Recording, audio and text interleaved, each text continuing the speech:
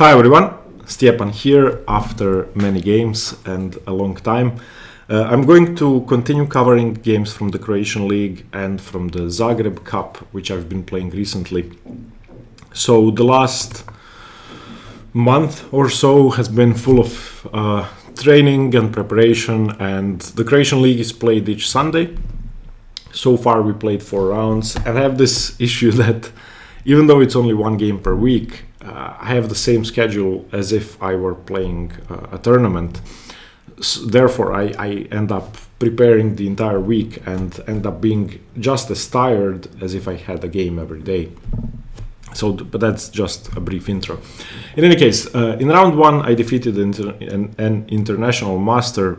In round 2, we faced a team which is closer to our own strength, Odra. And on board 1, there were 2 possible opponents for me to play against. In the end, I played against Karlic Z, who is about 50 points higher rated than me. I sort of knew what he was going to play, but I couldn't prepare specifically because there are several things he could have gone for. In the game started with a Meran Semi Slav, sort of the main lines. This position you should already know from my games. This is all very normal.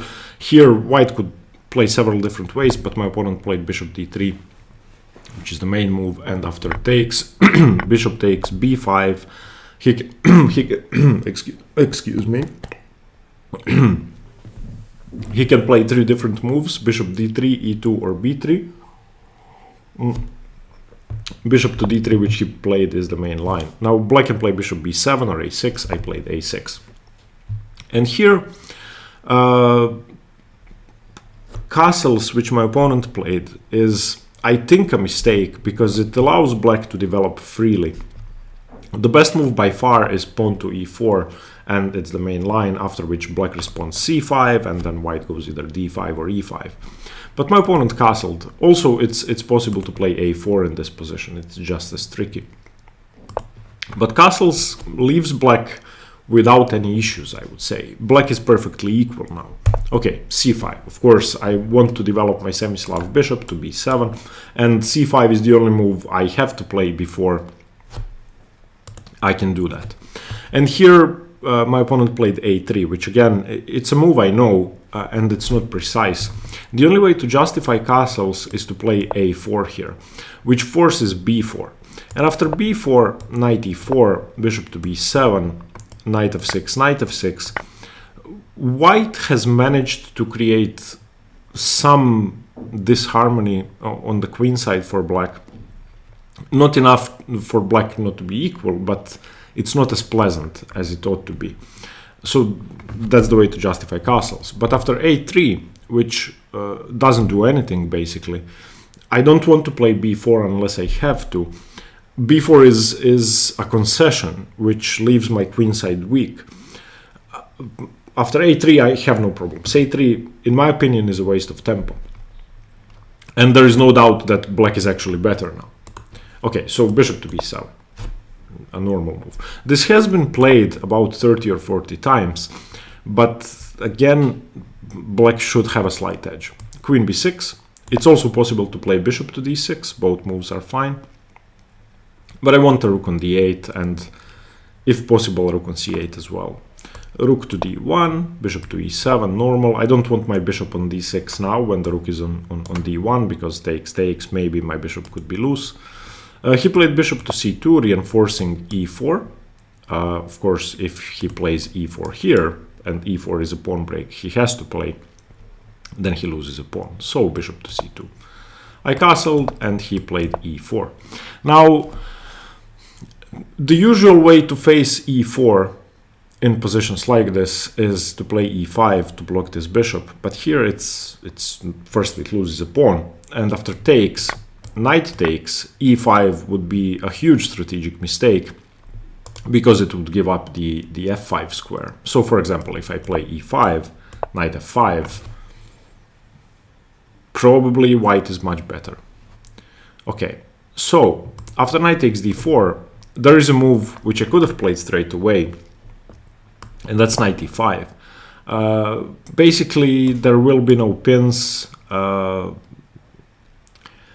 with bishop g5 because my knight could go to g6 easily, and e5 has been prevented.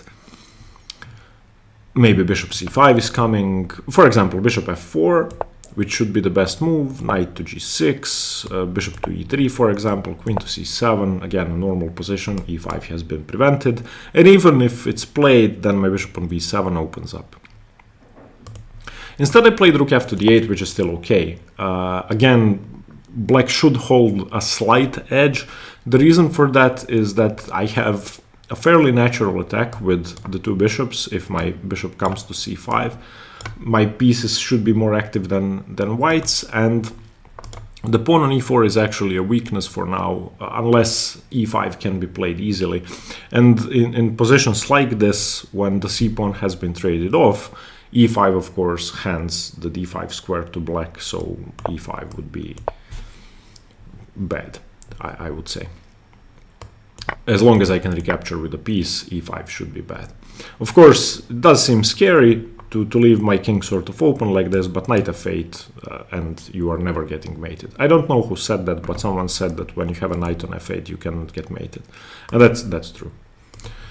Rook f8, my opponent played bishop to g5, and now if I play something normal, I don't lose a piece, because in the end the knight on d4 is hanging, but of course my opponent is now threatening e5.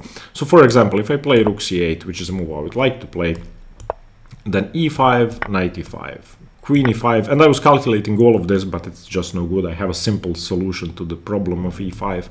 Rook c5, queen g3 has to defend the bishop, and now rook g5, queen g5, queen g5, and rook d4. And white, of course, is better, because white is an exchange up for a pawn, but I didn't lose a piece. But after bishop g5, I can just play knight e5, preventing e5 and saving my bishop, saving my knight, saving my pieces. Here my opponent played, of course this attacks the knight as well, so he doesn't have time for something like f4. Okay, so he played knight f3, I have to take, so I take, he takes. And here I exchanged rooks, because I think I have a better endgame. So rook d1, rook d1, rook d8, he played queen g3, takes, knight takes, and queen to d8. Now I'm threatening to infiltrate, I'm preventing e5, meaning that I'm defending my bishop. And again, I thought I should be slightly better. And here my opponent played queen d3 and offered the draw. Now, for context, the Croatian League is played on 6 boards, and we are in the 3rd league, which is,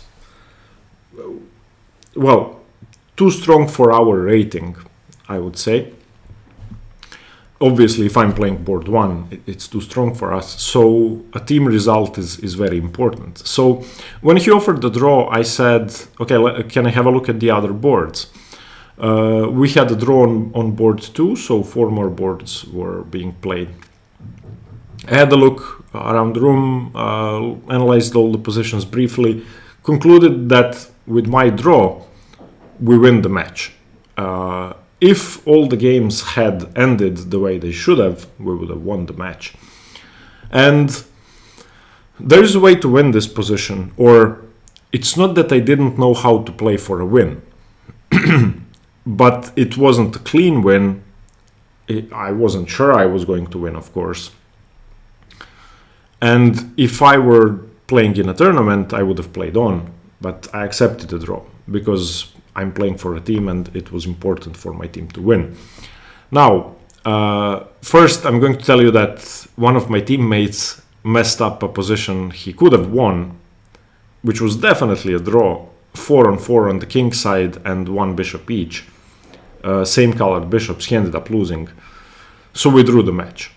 That was unfortunate. Therefore, my win could have brought us the victory instead of what I thought that my draw would secure one. In any case, had I not accepted the draw, the way to play for a win, and this is actually a nice exercise in strategic endgames. How do you win this position? Well, you exchange queens and you play h6. And now white is presented with a dilemma. He can either lose a pawn or give up the bishop pair. I'm not sure which is worse.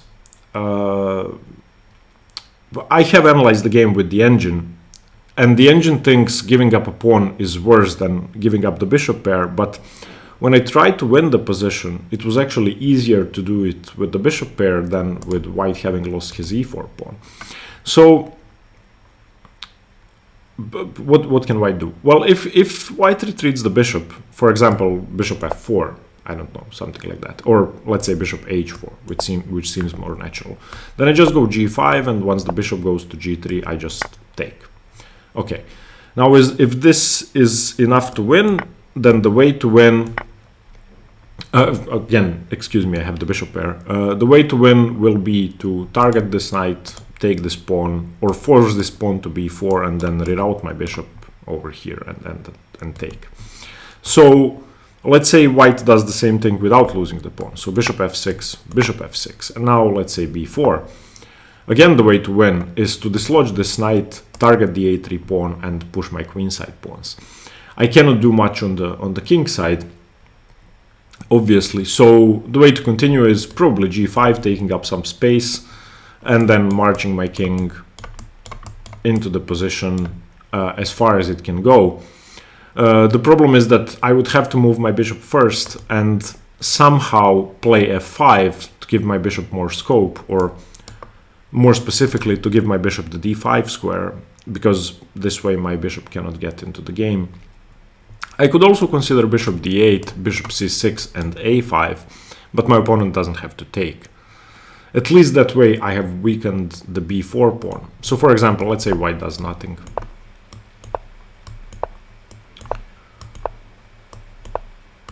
Okay, something like this excuse me, happens, and I've targeted the pawn.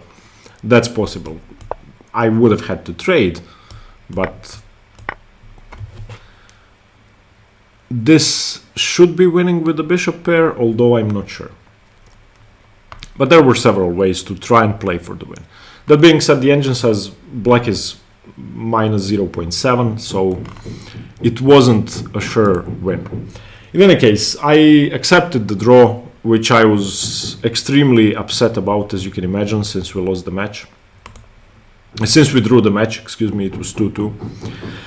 And yeah, I was also upset that I didn't play on in a position like this, purely because of the game. I knew how to play for a win, and I didn't. Okay, so that was round 2. Round 3 was much more exciting. I will show you round 3 tomorrow. Thank you for watching. Stay tuned for more chess. Bye-bye.